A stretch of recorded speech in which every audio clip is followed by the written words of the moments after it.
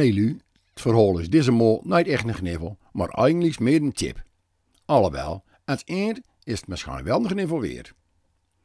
Voor het timmerwerk bij mij en toen mag aangedurig voor materiaal naar een bouwmarkt. Dat is in stad ook niet zo stoer zelf. Er hoeven wel een stuk of 10 om je touw. Ik ben schiervlotje 5 nodig. En ach, zot in prijs wat opmogen. Deze maal maar even naar Bauhaus. Voor voort maar een grote bus boetenbijts van 2,5 liter. Daar zou ik eerst wel ook weer afkwam. Maar de dokter, of je hem leest mieten. 58 euro, een busje. Ja, ik ben zich op prijzen van tegenwoordig een beetje kwijt. Maar het is nou eens. Het moet er toch op, anders ruimt mijn barrel domheid nog 14 jaar onder de handen voort. Ik heb me er ook nog slim op verkeken. Het roege holt heeft veel meer duist als ik. Dus moest er nog een bus komen. En later nog een.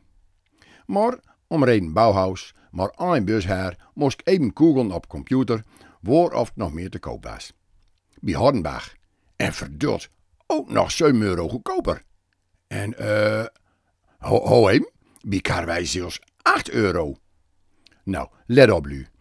Elk adverteert met laagste prijsgarantie. Als hetzelfde artikel bij een ander goedkoper is, krijg je het voor dezelfde prijs en gaat er als tip ook nog eens 10 of 12% af.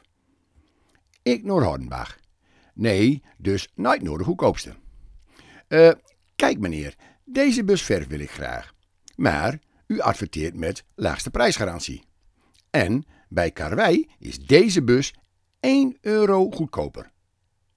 Man kijkt even op computer. Ja, u hebt gelijk meneer, dat klopt. Dan krijgt u als beloning voor de tip op die laagste prijs bij ons ook nog eens 10% extra korting. Dus kost u deze bus verf slechts 45 euro. Zo, 13 euro blijft in knip. En dat op één bus 5.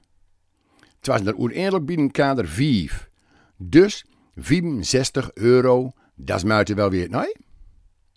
Ja, Lu, zo werkt het bij Sikkom alle grote bouwmerken.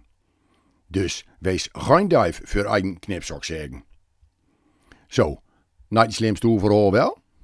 Als luster of als leest maar even op mijn website of op Facebook. En wat dacht je ervan? Kent verhaal ook durven een kniffel?